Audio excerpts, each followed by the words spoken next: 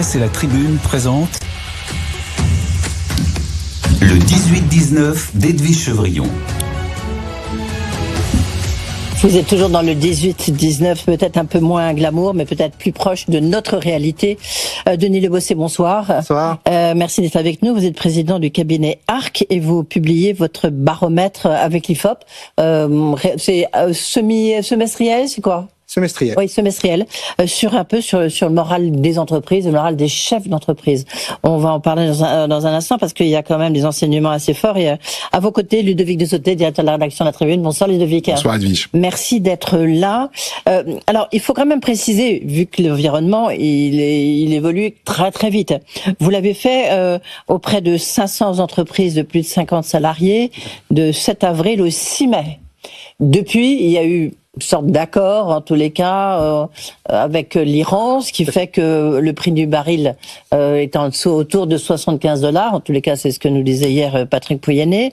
Donc, peut-être que le moral est mieux, parce que le premier chiffre qui m'a frappé, c'est que vous en avez 96% des entreprises qui n'entrevoient pas d'amélioration de la situation économique française dans les 6 prochains mois. C'est quand même assez noir comme scénario, non ? Exactement. Et 25% envisagent un recul de leur activité au cours des 6 prochains mois. Ouais. Et l'énergie était une préoccupation à hauteur de 66%. Pourquoi l'énergie ? Parce que ça a un impact direct sur beaucoup de secteurs d'activité.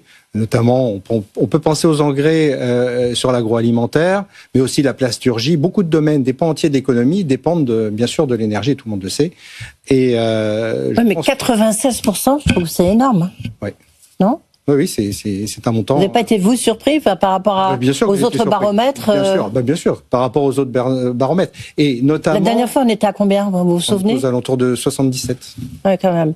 Ludovic Dessauté, c'est quand même un chiffre assez fort. Quand même. Le chiffre est très élevé, et je ne sais pas pour vous, Edwige, malheureusement, ça confirme un peu ce qu'on ressentait de façon montante quand même ces dernières semaines, c'est-à-dire au-delà du détroit d'Ormuz et du scénario qui est passé, qui oscille de jour en jour quasiment. C'est quand même qu'on voit tous les indicateurs, les projections de l'INSEE, les projections de la Banque de France et ainsi de suite. On a vu le coup de frein, et surtout, peut-être plus important, c'est qu'on a vu un pessimisme s'installer. On sait que l'investissement est en train de ralentir. Il y a le coût de l'énergie, puis il y a les coûts globalement des matières premières. C'est-à-dire que derrière l'énergie, il y a aussi ça flambe dans les métaux, ça flambe dans beaucoup d'intrants, ce qu'on appelle des intrants dans l'industrie, et sur lequel aujourd'hui, dans pas mal de secteurs, c'est un peu la patate chaude. C'est qui à la fin va payer. Et ça donne pas un avenir, ça donne pas des projections très optimistes de la part des patrons aujourd'hui. Oui. Effectivement. Denis Lebossé. Le ralentissement des investissements, c'est l'élément majeur. Ouais. Aujourd'hui, on est vraiment sur des investissements de nécessité. Mais les investissements prévus à long terme sont ralentis, sont bloqués. C'est 78% des entreprises qui ralentissent leurs investissements. C'est colossal. Il y a un impact aussi très fort. Et ce qui suit... Oui, mais parce que c'est, j'ai envie de dire, où est la poule, où est l'œuf ? C'est-à-dire qu'ils ralentissent l'investissement parce que justement, ils ne prévoient pas d'amélioration de la situation économique. Alors, ce qui est intéressant, je ne sais pas si vous avez un peu ce focus-là, c'est quand on dit que 96% ne voient pas d'amélioration de la situation économique française. Ils ne parlent pas forcément de la leur, non ? Non. Est-ce que c'est un petit peu différent quand il s'agit de la leur ? Tout à fait. L'analyse, elle est différente quand on voit le contexte économique français. On sait qu'il y a un pessimisme ambiant, comme vous venez de le dire. Mais effectivement, le recul de leur activité, ça c'est assez nouveau aussi, parce que ça a doublé. Auparavant, on était aux alentours de 12%. Là, on était à 25% des entreprises qui entrevoient un recul de leur activité au cours des 6 prochains mois. Alors, c'est vrai que le baromètre a été effectué avant l'accord qui semble naître autour du détroit d'Ormuz.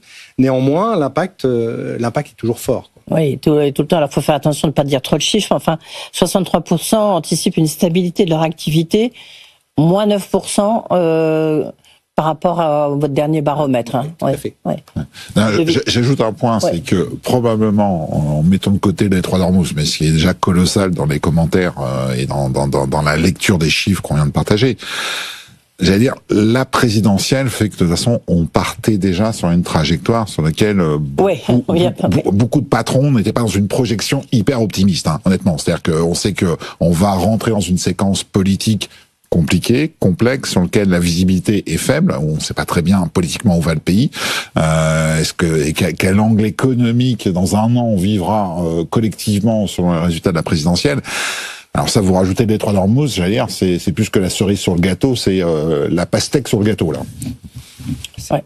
Alors, justement, à propos de passer sur le gâteau, c'est qu'avant, il y avait plutôt un Kouglof, parce que 45%, donc grosso modo, la moitié des entreprises estiment qu'il faudra entre 3 et 5 ans, voire davantage, pour effacer les séquelles financières des crises successives, puisque, évidemment, il y a eu l'Ukraine, le Covid, et puis maintenant, la guerre en Iran. Pour vous, Dominique Le Bossé, est-ce que ça veut dire qu'il y a un changement de mentalité? C'est un peu comme nous, avec la canicule, il va falloir dorénavant qu'on s'habitue et donc on s'équipe, ou ce que disait Angelo Gopé, le patron de Live Nation France, il disait maintenant il faut qu'on prenne ça en compte, donc ça va modifier nos comportements, ça va modifier ce qu'on va faire avec les équipes pour monter des concerts, modifier nos rapports avec les artistes. Est-ce que pour vous, les chefs d'entreprise, c'est un peu la même chose?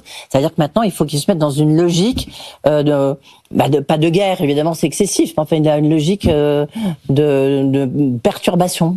Tout à fait. Mais vous avez raison, ça fait 6 ans que les chefs d'entreprise sont dans l'expectative.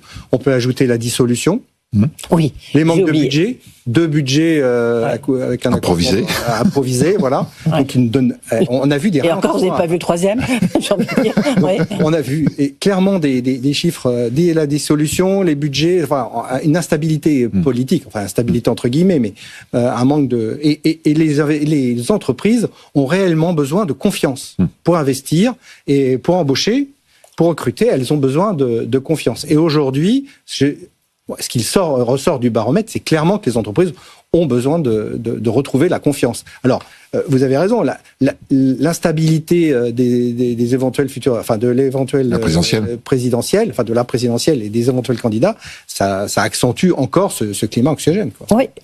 Mais enfin, c'est important l'éclairage que vous apportez, Edwige, parce que c'est un mot qu'on entend de plus en plus. Il s'agit du mot de résilience, parce que c'est. Oui, mais je commence à en avoir marre de ce mot. Dans ce sens, j'ai essayé de le contourner, ce qui est peut-être une phrase un peu plus. J'ai bien vu la tentative. Une phrase un peu plus longue, mais j'ai l'impression que tout est résilient aujourd'hui. Donc. Ceci dit, je vais faire un contre-éclairage et je vais forcer ma pensée parce que c'est pas exactement ce que je ressens, mais il y a quand même, je pense qu'il y a un défi pour les patrons aujourd'hui, c'est il y a plus de retour à la normale possible. C'est-à-dire qu'on a changé de monde.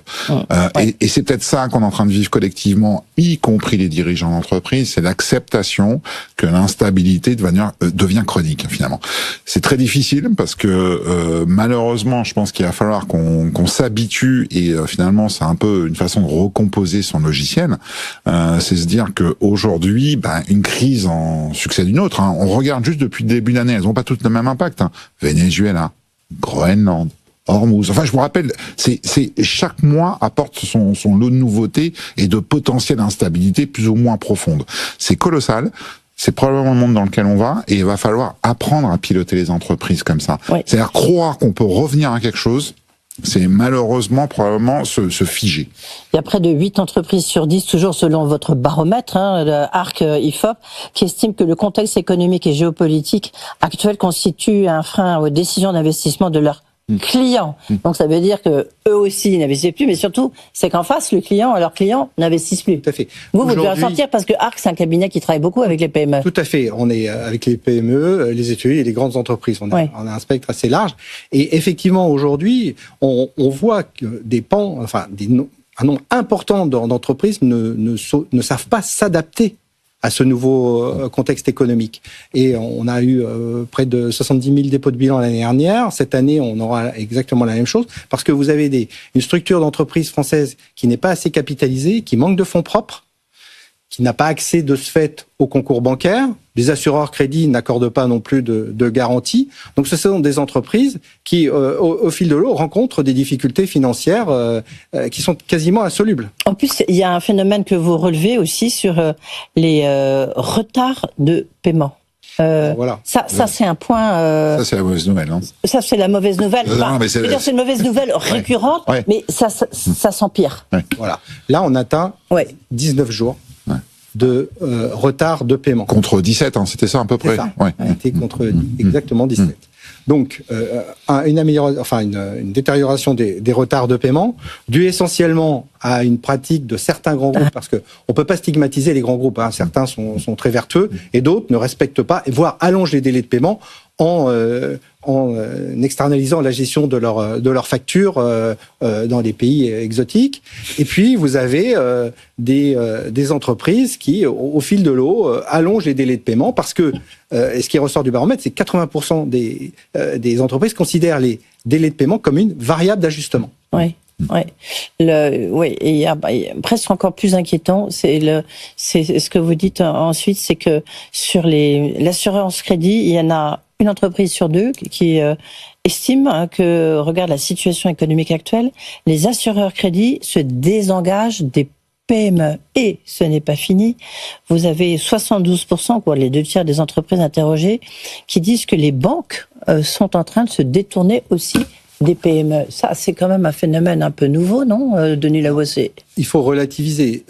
Les banques et les assureurs crédits se détournent des PME qui, comme je l'ai évoqué, ne sont pas suffisamment capitalisées, qui manquent de fonds propres, qui ne présentent pas de garanties. Il y a beaucoup de PME qui sont dans ce cas-là. Exactement. Oui, et puis les garanties, justement, on essaie de faire qu'il n'y ait pas les mêmes garanties, en tous les cas, pas de garantie personnelle. Voilà. Donc, effectivement, ces sociétés... Alors, on a laissé quand même... en France, on a laissé penser qu'on pouvait créer une société avec 1 euro de chiffre d'affaires. De capital, pardon. Avec 1 euro de capital, on peut créer une entreprise. Ce qui fait que beaucoup de dirigeants démarrent leur activité sans avoir suffisamment de capital, pas de fonds propres, et de ce fait n'ont aucune crédibilité auprès des établissements bancaires et des assureurs crédits. Ce qui fait que dans un contexte comme le nôtre, comme celui qu'on traverse, les assureurs crédits également se désengagent. Je reviens sur l'histoire des retards de paiement parce que je pense que ça mérite qu'on s'y arrête 1 ou 2 minutes parce que ce mauvais indicateur, c'est-à-dire que c'est quand même un indicateur avancé, quand même le retard de paiement est un indicateur avancé d'une situation où les choses se détériorent. Je crois, mais vous me corrigerez Denis, je crois que en gros l'enveloppe des retards de paiement c'est à peu près une quinzaine de milliards par an en France, à peu près. Voilà. Sur les 15 milliards, il y a 12 milliards, c'est les grands groupes. Voilà, donc ça veut dire quoi? C'est-à-dire que ça veut dire que c'est les PME, honnêtement, les petites ETI qui subissent dans cet écosystème. Or, on le sait dans des logiques notamment de réindustrialisation sur lesquelles on souffre. Je pense à la filière aéronautique Airbus qui n'arrive pas à atteindre ses cadences parce qu'il y a tout un écosystème de sous-traitance fragilisé, tout ça. On est aujourd'hui, c'est-à-dire que Airbus a pris des engagements normalement. On ne réussira pas à relancer des filières ou à explorer de nouvelles filières si derrière il n'y a pas tout un tissu qui a une capacité évidemment à investir, mais aussi à être payé pour ce qu'ils font. Et on parle basiquement de ça. Et puis alors petite remarque, c'est que l'État là-dedans n'est pas aussi... attendez, vous avez fini votre phrase pour vous dire, et attendez, le pire du pire, c'est l'État. Voilà. Mais c'est sûr. Et d'ailleurs, qu'est-ce que vous voyez, qu'est-ce que vous observez, vous, Denis Lebossé? Alors, c'est clairement le cœur de notre activité, puisque notre activité, c'est la gestion du poste client et le recouvrement de créances.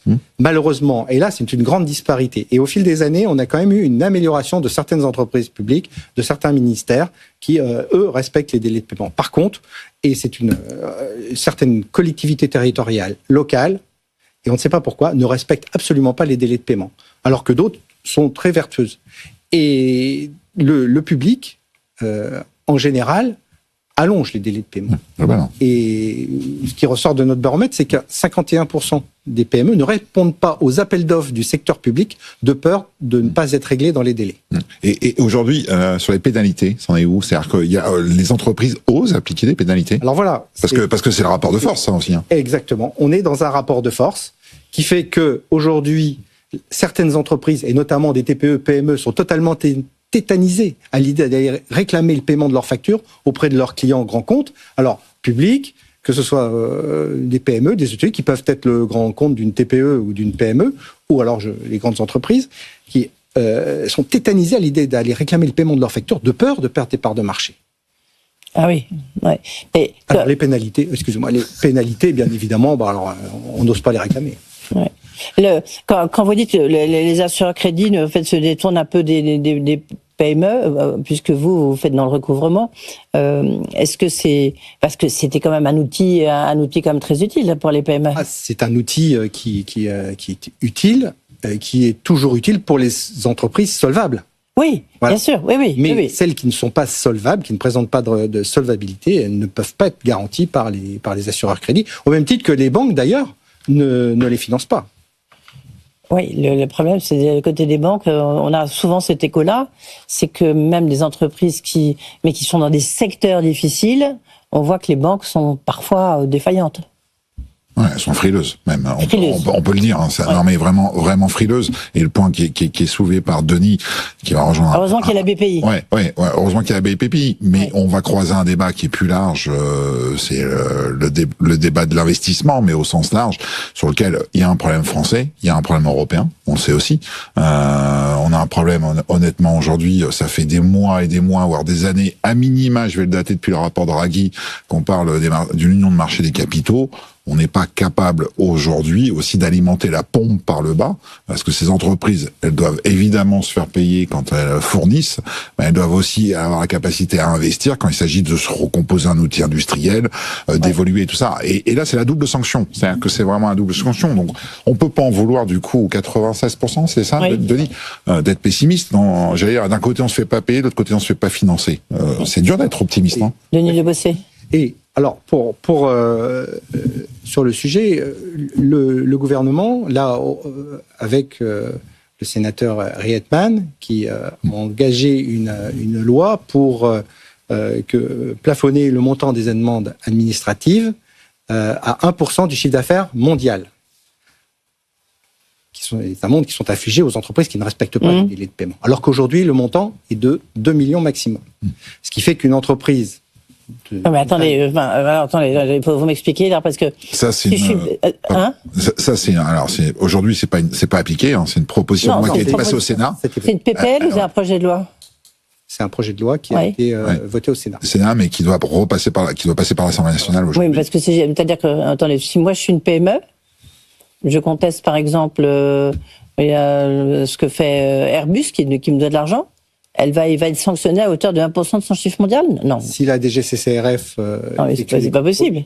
Parce qu'il suffit qu'il y ait 10 PME et à ce moment-là, il y a 10% du chiffre d'affaires mondial qui disparaît d'Airbus, ça me paraît un peu... Non 1% du montant, 1% maximum du montant. C'est le plafond. C'est le plafond. C'est pas le 1% systématique, ça peut aller jusqu'à 1%. Ça peut aller jusqu'à 1%. C'est énorme, ouais.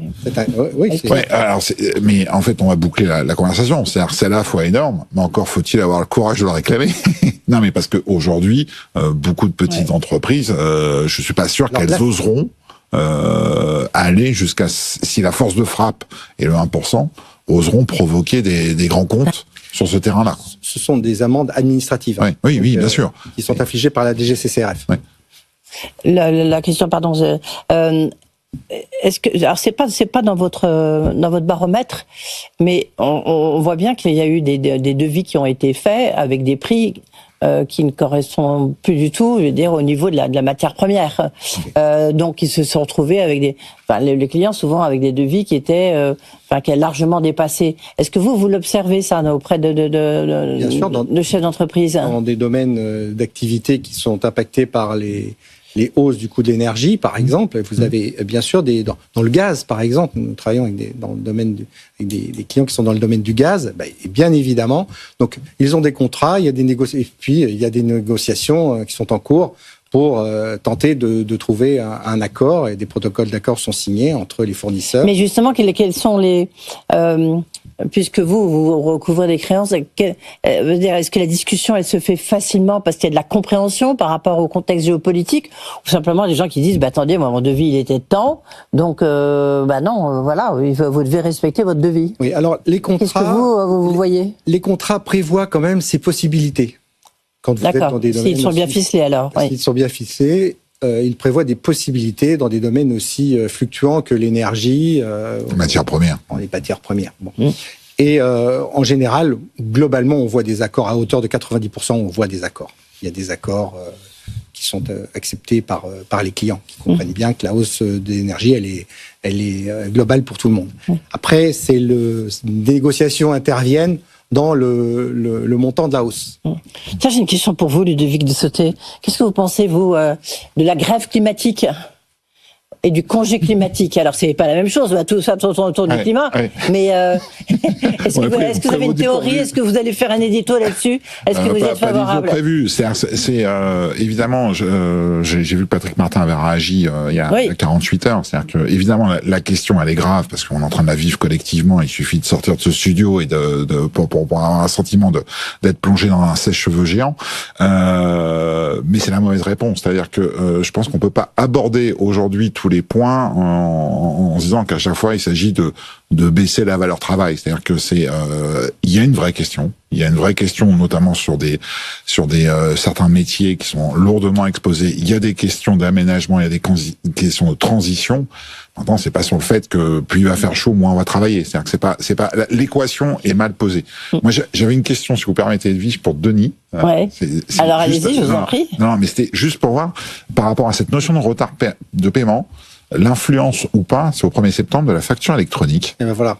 Elle est réelle ou pas, potentiellement? Non, mais est-ce que ça va changer le jeu? Ça va changer le jeu, effectivement, parce que pendant quelques mois, le temps de la mise en place. Alors là, c'est septembre, hein? Ouais, c'est septembre. 1er septembre 2026 Parce que pour la c'est un peu... restitution. Ouais. Et une généralisation le 1er septembre 2027. Et il est évident, et d'ailleurs nos clients grands comptes l'entrevoient, que nous allons face à une désorganisation momentanée liée à cette... Et donc un allongement des délais de paiement. Et donc les grandes entreprises... premier effet négatif. Oui, enfin c'est un peu comme l'impôt à la source, non? Oui, voilà, qui fonctionne. Au départ, très c'est bien vrai que ça nous a tous fait très peur, puis finalement, bon. Et donc, le point de vigilance, c'est pour les entreprises qui sont, encore une fois, en difficulté, qui sont sous-capitalisées, etc. N'oublions pas que 68% des dépôts de bilan concernent des entreprises qui ont un capital social inférieur à 10 000 euros. Donc, en fait, ces sociétés qui ont besoin de trésorerie pour survivre risquent, si nous avons un nouvel allongement momentané des délais de paiement. D'accord. Et puis ensuite, alors c'est vrai une entreprise ne pourra pas prétexter ne pas avoir reçu la facture, parce que là, bon. Je peux vous dire que il y a toujours un prétexte. Un témoignage. Il y a témoignage en direct. Toujours un prétexte. Ouais. Et d'ailleurs, les débiteurs sont très créatifs. Très créatifs, et nous on le voit déjà, parce que des plateformes existent aujourd'hui, et d'ailleurs dans Chorus pour le domaine public, eh bien, les débiteurs vous expliquent que la facture n'a pas été reçue et nous demandent d'appeler la plateforme. Alors que la plateforme... Exactement. Bon. Et puis, l'envoi massif de factures a bloqué le système informatique. Puisque, et ça c'était dans la grande distribution, l'envoi massif de factures d'un fournisseur, d'une entreprise, a bloqué le système de la grande distribution. Voilà. Donc, les débiteurs, les bons débiteurs sont créatifs et on peut penser que, on en reparlera, mais la facture électronique aura un bénéfice quelques mois après la mise en œuvre. Ce que l'on souhaite vraiment, au travers de cette facturation électronique, c'est qu'on puisse enfin avoir une notation des délais de paiement. Parce qu'aujourd'hui, on connaît la notation. Vraiment agence de notation, Standard & Poor's, quoi, vraiment. Non, mais on connaît. Non, au travers des bases de données. Oui. D'accord. On connaît une déjà notation les des bons et les mauvais paiements. Oui, c'est ça, les entreprises, oui. Oui, mais avoir une généralisation, puisque tout sera horodaté, l'entrée de la facture, le délai de paiement, etc. Ouais. Donc, on pourra... Ça change pas grand-chose, hein. Ça, effectivement, la conclusion sera peut-être celle-là. Mais je ne veux pas trop m'avancer. Ça sera pour le prochain baromètre. Exactement. Merci Denis Lebossé d'avoir été avec nous, donc le président du cabinet ARC, avec son baromètre réalisé avec l'IFOP, qu'on peut peut-être retrouver sur votre site, j'imagine. Oui. Voilà. Et merci Ludovic de Sauté. Je vois que la grève climatique, c'est pas pour demain.